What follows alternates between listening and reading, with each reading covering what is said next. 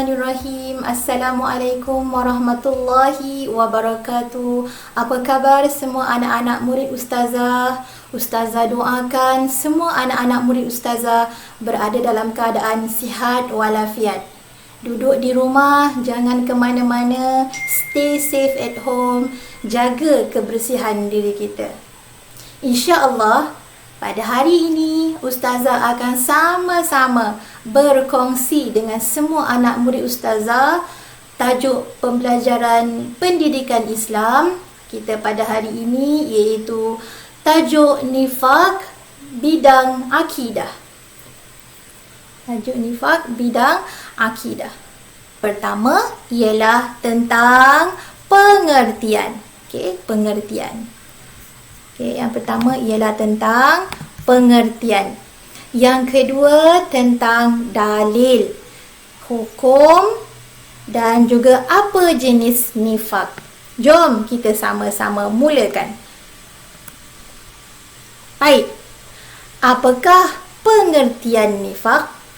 Apakah maksud nifak ni? Semua tertanya-tanya.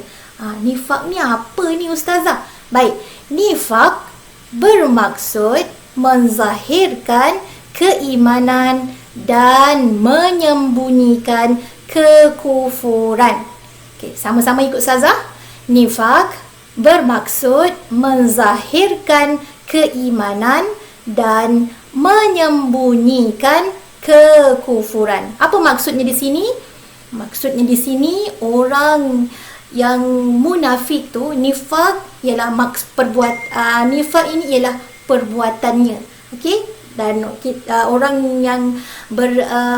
orang yang bersifat dengan nifak ni kita panggil sebagai orang yang munafik. Jadi orang yang munafik ni kita nak kenal dia berperwatakan seperti macam kita, orang beriman, orang yang solat, orang yang berpuasa, orang yang mengajar Al-Quran, tapi sebenarnya dia adalah orang yang tidak pun menyembah Allah Ta'ala, tidak buat pun semua tu bila di belakang manusia yang lain.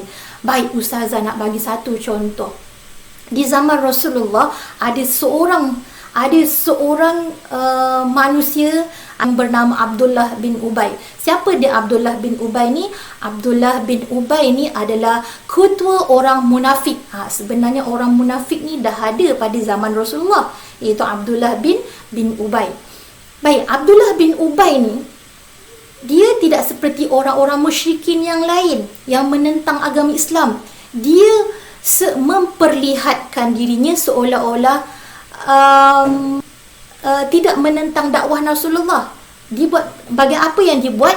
Dia berpura-pura memeluk agama Islam dengan niat dia untuk menghancurkan atau melaga-lagakan Rasulullah dengan pihak musyrikin. Jadi dia dia peluk agama Islam, dia solat, bila dengan Nabi dia solat macam biasa, dia ikut ajaran ajaran Islam. Tapi bila sampai ke kaum musyrikin, kaum munafikin dia akan sebarkan tentang keburukan Islam, tentang keburukan Rasulullah, keburukan orang Islam dan sebagainya. Itulah salah satu Ustazah nak bagi gambaran tentang orang yang munafik, orang yang bersifat dengan nifak ataupun kita panggil sebagai orang munafik. Baik, itu pengertiannya secara ringkas. Mari kita lihat pula apakah dalil Al-Quran tentang nifak. Apakah dalil dari Al-Quran tentang nifak? Baik. A'udzu billahi minasyaitonir rajim. Bismillahirrahmanirrahim. Innal munafiqina fid darkil asfali minan nari wa lan tajida lahum nasira. Maksudnya, sesungguhnya orang-orang munafik itu ditempatkan pada tingkatan yang paling bawah daripada lapisan neraka. Seterusnya, jom kita sama-sama lihat pula apakah dalil hadis tentang nifak. Hadis ni bermaksud daripada Nabi Muhammad, kata-kata daripada Nabi Muhammad. Al-Quran maksudnya kalamullah. Apa yang Allah dah nukilkan, dah tuliskan dalam Al-Quran, dah perintahkan, dah bagi tahu dalam Al-Quran. Yang hadis ni pula ialah daripada kalam Nabi Muhammad.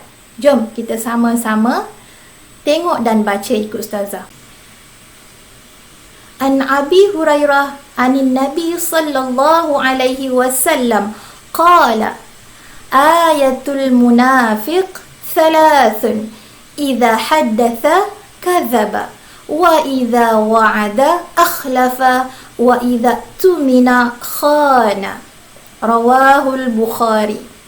Maksudnya daripada Abu Hurairah bahawa Nabi Muhammad sallallahu alaihi wasallam bersabda, tanda munafik itu ada 3. Bila bercakap, dia berdusta. Apabila berjanji, dia mungkir. Apabila dia diberikan sesuatu amanah, dia khianat. Baiklah anak-anak, apakah hukum nifak? Hukum nifak ialah haram. Seterusnya, nifak. Berapakah jenis nifak? Nifak terbahagi kepada 2 jenis, iaitu nifak i'tiqad dan juga nifak amalan. Baik, jom kita sama-sama baca apa maksud nifak i'tiqad. Apa yang dikatakan dengan nifak i'tiqad? Nifak i'tiqad ni dengan kata lain, kita boleh nampak dengan jelas perbuatan nifak dari segi ketauhidannya, dari segi pegangannya pada diri seseorang. Dengan jelasnya kita tahu bahawa dia memang seorang yang munafik. Okey. Apa maksud di situ? Tidak beriman dengan ajaran Islam, namun berpura-pura seperti beriman dengannya. Dengannya maksudnya dengan Allah dan juga dengan ajaran Islam yang dibawa oleh Nabi Muhammad sallallahu alaihi wasallam. Manakala nifak amalan pula ialah, contoh-contohnya nifak amalan ni bolehlah kita katakan sebagai nifak yang kita tak nampak, tapi nifak yang bukan terang-terangan. Tetapi andai kata kalau kita sentiasa melazimi amalan-amalan dan perbuatan ini, akhirnya kita boleh jadi kepada nifak. Akhirnya kita boleh jadi seorang munafik yang secara terang-terangan sekiranya kita sentiasa melakukannya. Yang pertama, berdusta, berbohong, cakap bohong. Okey, yang kedua, mungkir janji. Yang ketiga, khianati amanah.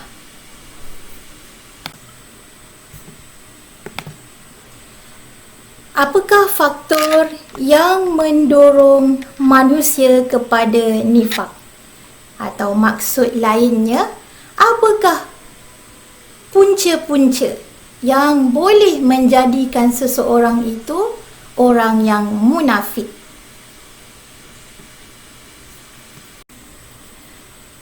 Kelemahan iman kerana selalu melupakan Allah. Apa yang dimaksudkan dekat situ?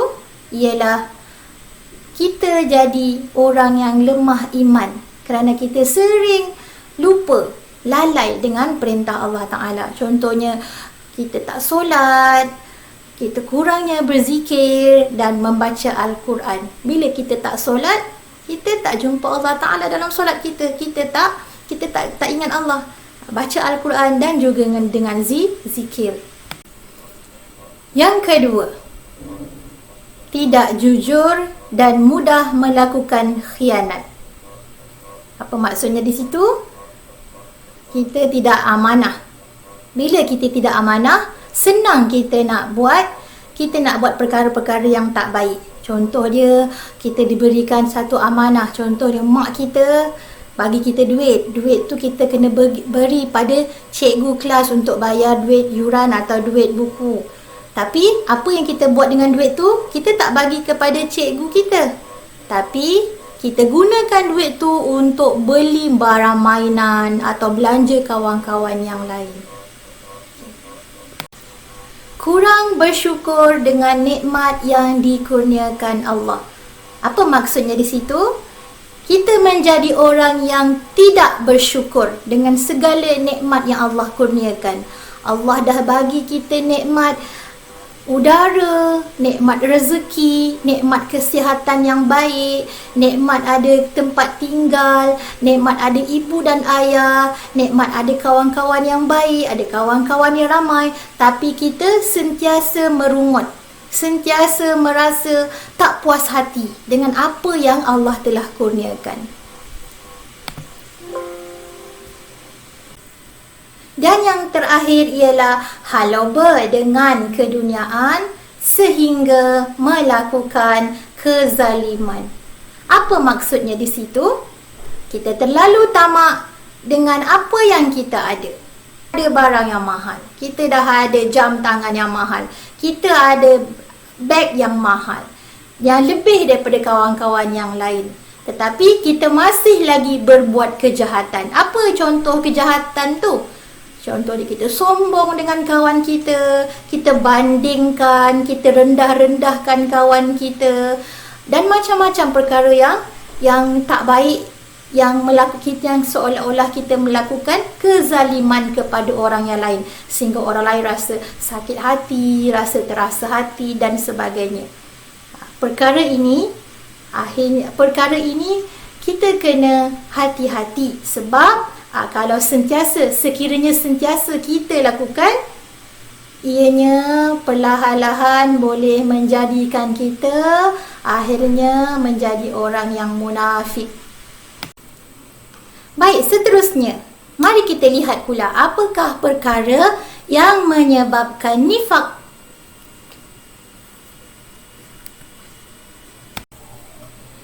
Baik, yang seterusnya, apabila dia bercakap, dia berdusta.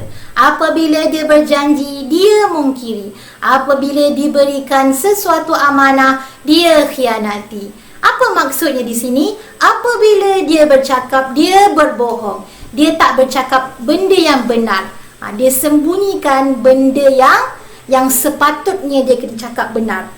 Dia bercakap bohong lah. Dia tak bercakap benda benar. Okey, seterusnya dia janji dengan kawan dia, dia tak tunaikan janji dia. Dia memang sengaja tak nak tunaikan janji. Okey, itu pun perkara yang tak baik dan tak boleh kita lakukan. Dan seterusnya, bila kita diberi satu amanah, kita tak laksanakan amanah kita. Contohnya, kita dalam kelas, guru kelas amanahkan kita untuk jaga kelas. Tapi kita sebagai ketua kelas pun sama-sama main dengan kawan kita. Jadi kita dah tak dengar, kita dah tak jalankan amanah kita. Jadi kita kena hati-hati dan perbaiki amalan-amalan 3 yang di atas ni supaya kita tak terdorong untuk menjadi akhirnya orang yang bersifat dengan nifak. Baik, sekarang jom sama-sama kita asah minda kita. Okey, jom. Baik, mari kita lengkapkan infografik pada gambar pokok di bawah ni tentang isi pembelajaran kita pada hari ini. Okey, mari kita lengkapkan infografik pada gambar pokok di bawah tentang isi pembelajaran kita hari ini.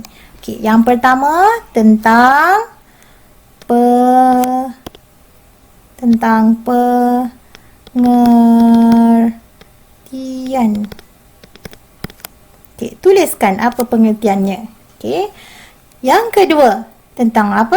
Tentang dalil. Dalil daripada Al-Quran dan juga dalil pada As-Sunnah. Okey, ada 2. Okey, seterusnya tentang hukum. Apa hukum nifak? Tuliskan di sini. Okey, seterusnya. Okey, yang keempat ialah tentang jenis nifak. Okey, tuliskan ada 2 jenis nifak berserta dengan maksudnya. Okey, 1 dan 2. Dan yang terakhir tentang faktor dan sebab. Tuliskan faktor dan sebabnya. Dan yang terakhir, sebelum Ustazah tamatkan video pengajaran dan pembelajaran dari rumah secara online ini, Ustazah nak minta semua anak murid Ustazah untuk hasilkan satu bahan infografik dalam bentuk gambar mengikut kreativiti kamu sendiri tentang isi pembelajaran kita pada hari ini, tajuk nifak. Baik, hantarkan semua hasil kerja kamu tu kepada guru mata pelajaran pendidikan Islam masing-masing. Hantarkan gambar. Baik, infografik tu macam mana nak buat? Kamu sama ada boleh lukis dalam satu kertas, dalam buku dalam buku tulis kamu, atau hasilkan satu bahan dalam bentuk infografik, kemudian tuliskan apa tajuk-tajuk yang kita dah belajar hari ini, ambil gambar, kemudian hantarkan pada guru mata pelajaran pendidikan Islam kelas kamu. Ustazah rasa itu sahaja daripada Ustazah pada hari ini. Ustazah harap video pengajaran Ustazah pada hari ini memberi kemanfaatan, memberi ilmu yang bermanfaat dan berguna untuk awak semua, untuk awak aplikasikan dalam kehidupan seharian supaya awak menjadi seorang murid yang baik, yang soleh dan solehah di dunia dan di akhirat.